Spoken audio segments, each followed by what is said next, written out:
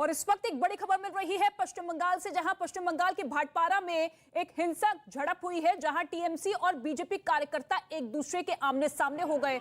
लड़ाई बढ़ती हुई देख बीजेपी सांसद अर्जुन सिंह सामने आए, लेकिन आरोप यह है कि टीएमसी के कार्यकर्ताओं ने उनसे धक्का मुक्की की। दोनों पार्टियों के कार्यकर्ताओं के बीच ये भिड़ंत तब हुई जब बैरकपुर से बीजेपी के सांसद अर्जुन सिंह नेताजी सुभाष चंद्र बोस की प्रतिमा को माल्यार्पण करने गए थे, लेकिन टीएमसी के कार्यकर्ताओं ने इसका विरोध किया। अर्जुन सिंह की गाड़ी पर हमला किया गया। ये तस्वीरें आपकी टेलीविजन स्क्रीन पर है। सांसद अर्जुन सिंह की गाड़ी पर हमला करते हुए वहां पर उन्हें घेर लिया गया। हालांकि वहां पर पुलिस बल मौके पर पहुंचा, सीआईएसएफ के जवान वहां पर पहुंचे, स्थिति को कंट्रोल करने की कोशिश की। भाटपारा ये वही जगह है जहां पर विधानसभा चुनाव के दौरान भी कई बार हिंसक झड़प हुई थी। बीजेपी और टीएमसी के कार्यकर्ता आमने सामने आए थे और अब नेताजी की जयंती को लेकर यहां पर एक बार फिर से बीजेपी और टीएमसी के कार्यकर्ता आमने सामने हुए और सांसद अर्जुन सिंह को घेरते हुए नजर आए। ये भिड़ंत की तस्वीर आपकी टेलीविजन स्क्रीन पर।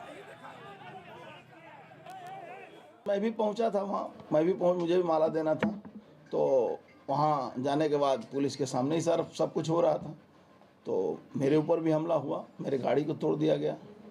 वो किसी भी तरह से सिक्योरिटी ने बचा कर निकालने की कोशिश की, उसके लिए उसको 3-4 राउंड गोली भी चलाना पड़ा। करीब वहाँ 3-4 राउंड गोली उन लोगों ने चलाया था, उसके जवाब में बचा के निकालने के लिए 3-4 राउंड गोली चला के निकालना पड़ा था। तो सांसद अर्जुन सिंह को आपने सुना, जिनका साफ तौर पे कहना है कि स्थिति को कंट्रोल करने के लिए वहां पर 1-2 गोलियां भी चलानी पड़ी, क्योंकि कार्यकर्ताओं की भीड़ बहुत ज्यादा थी, चारों तरफ से घेर लिया गया था, गाड़ी पर भी हमला किया गया। और इसी को लेकर बीजेपी सांसद अर्जुन सिंह और टीएमसी के कार्यकर्ताओं की भिड़ंत पर संबित पात्रा ने एक ट्वीट किया है। उन्होंने लिखा है कि ममता दीदी की सरकार में टीएमसी और उनके गुंडों ने बंगाल को राजनीतिक हिंसा का प्रतीक बना दिया है।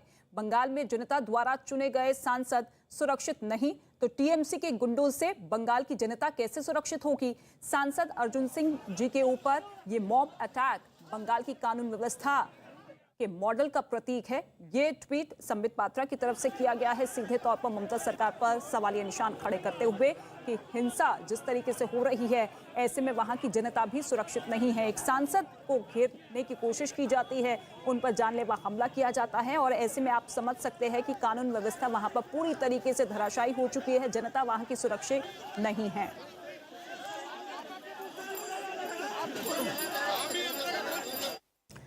और बीजेपी नेता दिलीप घोष ने भी अर्जुन सिंह पर हुए हमले को लेकर ममता सरकार पर हमला बोला है। उन्होंने आरोप यह लगाया है कि टीएमसी के कार्यकर्ता अक्सर ऐसे हमले करते रहते हैं ताकि कोई बीजेपी नेता काम नहीं कर सके। भाटपाड़ा में अर्जुन सिंह को जान से मारने के लिए हर बार प्रयास होती है, वो काम ना कर सके, उनको व्यस्त रखने के लिए बार बार आक्रमण होता है, उनका परिवार पर, घर पर, उनके कार्यकर्ताओं पर लगातार होता रहता है। तो इस प्रकार हिंसा की राजनीति जो टीएमसी यहाँ चला रही है, लोकतंत्र में इसका कोई जगह नहीं है। तो अब देखिए सियासी बयानबाजी भी शुरू हो चुकी है और इसी पूरे मामले को लेकर अब टीएमसी और बीजेपी एक दूसरे पर हमलावर होती हुई नजर आ रही है। बीजेपी का साफ तौर पे कहना है कि इसी तरीके की स्थिति वहां पर बनी हुई है, जब भी हम कुछ करना चाहते हैं तो हमें रोकने की कोशिश की जाती है और यही आरोप ममता सरकार की तरफ से अक्सर लगाए जाते हैं कि देखिए बीजेपी के लोग जो है वो बाहरी है और ऐसे में पश्चिम बंगाल में आकर यहाँ की जनता को भड़काया जाता है। और जिस तरीके से कोशिश विधानसभा चुनाव के दौरान भी बीजेपी के कार्यकर्ताओं नेताओं ने की थी अपनी चुनावी रैलियों के जरिए, वो सफल नहीं हो पाए थे, आज भी वो सफल नहीं होंगे। लेकिन ये फिलहाल तस्वीर आप देखिए, पूरा देश आज नेताजी सुभाष चंद्र बोस की 125वीं जयंती मना रहा है और इसी मौके पर सांसद अर्जुन सिंह जो है मूर्ति पर माल्यार्पण करने जा रहे थे, तभी कार्यकर्ताओं की भीड़ वहां पर पहुंचती है, उनकी गाड़ी को घेरा जाता है, उन पर जानलेवा हमला करने की कोशिश की जाती है। लेकिन वहां पर स्थिति को कंट्रोल करने के लिए स्थानीय पुलिस के साथ साथ सीआईएसएफ के जवान भी वहां पर मौजूद रहे।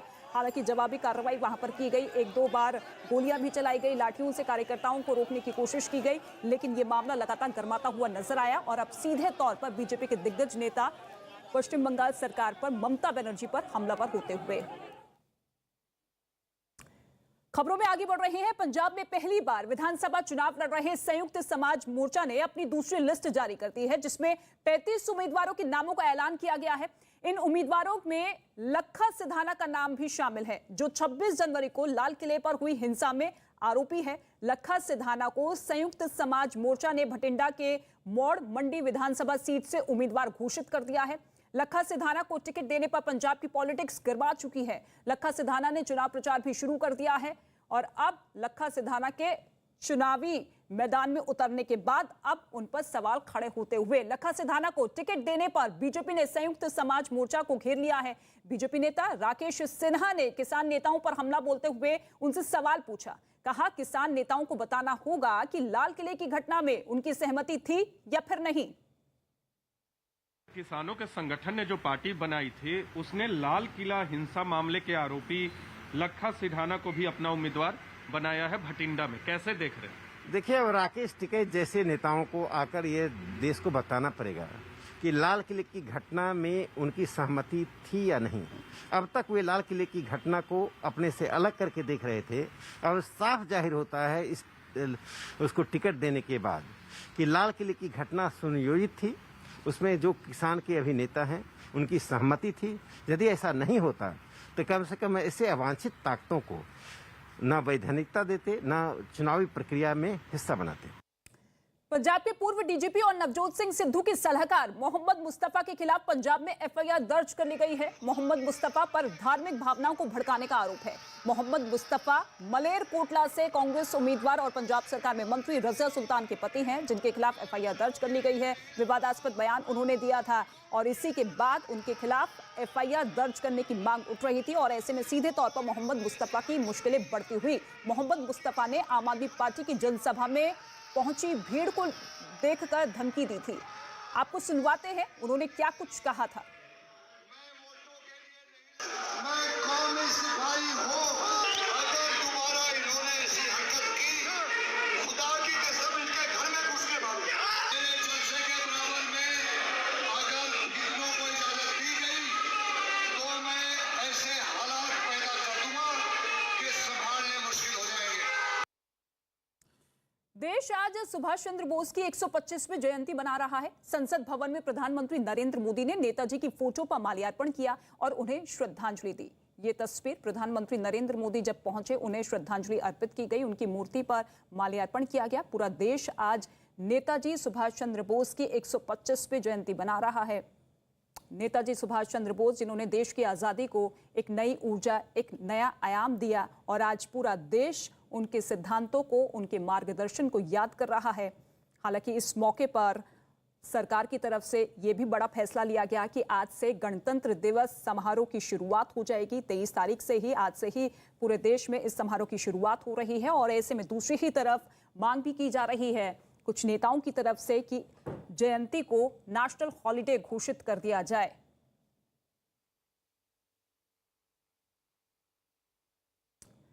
तो आज के ऐतिहासिक मौके पर पीएम मोदी नेताजी की होलोग्राम प्रतिमा का अनावरण भी करेंगे। पीएम मोदी आज शाम 6 बजे होलोग्राम मूर्ति का अनावरण करेंगे। इसके बाद शाम 6:25 पर पीएम मोदी का संबोधन होना है। इस होलोग्राम प्रतिमा को 4 प्रोजेक्ट से संचालित किया जाएगा। इस होलोग्राफिक स्क्रीन को इस तरह से लगाया गया है जो किसी को नजर नहीं आ सकेगी। होलोग्राम को और प्रभावी बनाने के लिए उस पर नेताजी की 3D तस्वीर लगाई जाएगी। होलोग्राम प्रतिमा 28 फीट ऊंची और 6 फीट चौड़ी होगी। इस कार्यक्रम के दौरान प्रधानमंत्री मोदी साल 2019 से साल 2022 तक के लिए सुभाष चंद्र बोस आपदा प्रबंधन पुरस्कार भी बांटेंगे।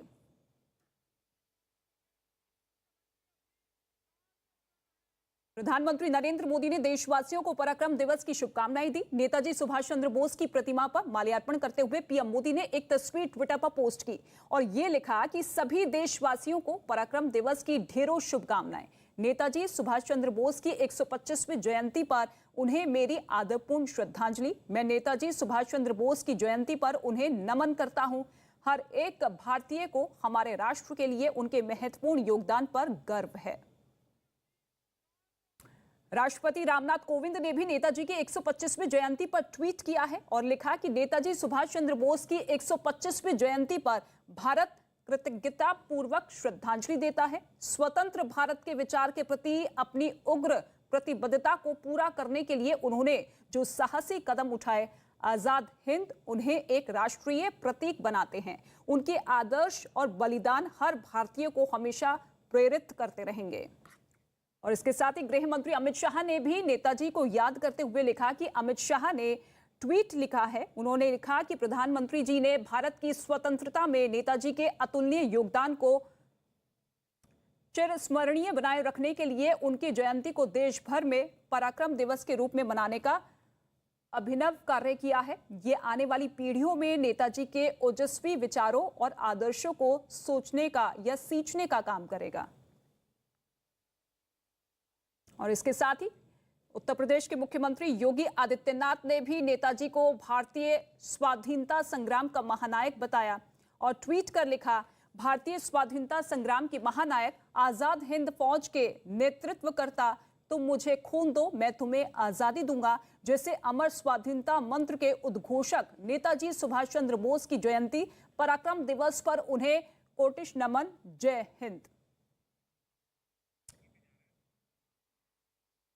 और ये सीधी तस्वीर आप देखिए, उत्तर प्रदेश के मुख्यमंत्री योगी आदित्यनाथ गाजियाबाद में डोर टू डोर कैंपेन करते हुए, लोगों के बीच जाते हुए, इसी कैंपेन के जरिए अपनी रणनीति को मजबूत करने की कोशिश भारतीय जनता पार्टी की तरफ से की जा रही है। हालांकि कोरोना के बढ़ते खतरे को देखते हुए बड़े बड़े रैलीज और रोड शो पर अभी फिलहाल रोक है और ऐसे में चुनाव प्रचार का एकमात्र जरिया यही है कि डोर टू डोर कैंपेन किया जाए। और ऐसे में अब लोगों के बीच जाकर योगी आदित्यनाथ बीजेपी उम्मीदवार के लिए वोट मांगते हुए, लोगों से संवाद करते हुए, बताते हुए कि पिछले 4.5 साल में योगी सरकार ने क्या कुछ काम किया है, किस तरीके से जनता के हित में तमाम योजनाओं की शुरुआत की गई है, आने वाले वक्त में किस तरीके से हमारा पूरा का पूरा रोड मैप होगा, एक तरीके से जनता के बीच में सरकार के उन तमाम कामों के बारे में बताते हुए जिसके जरिए जनता हम पर भरोसा जताए।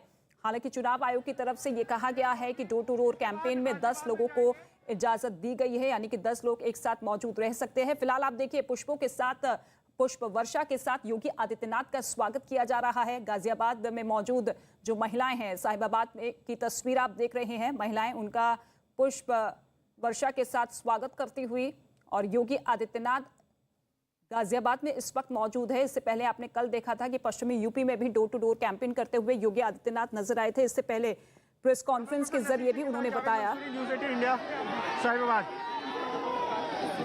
ये रिकॉर्ड हो रहा है ना। तो घर घर प्रचार कर रहे हैं योगी आदित्यनाथ, जनता के बीच पहुंच रहे हैं, उनसे सीधा संवाद कर रहे हैं।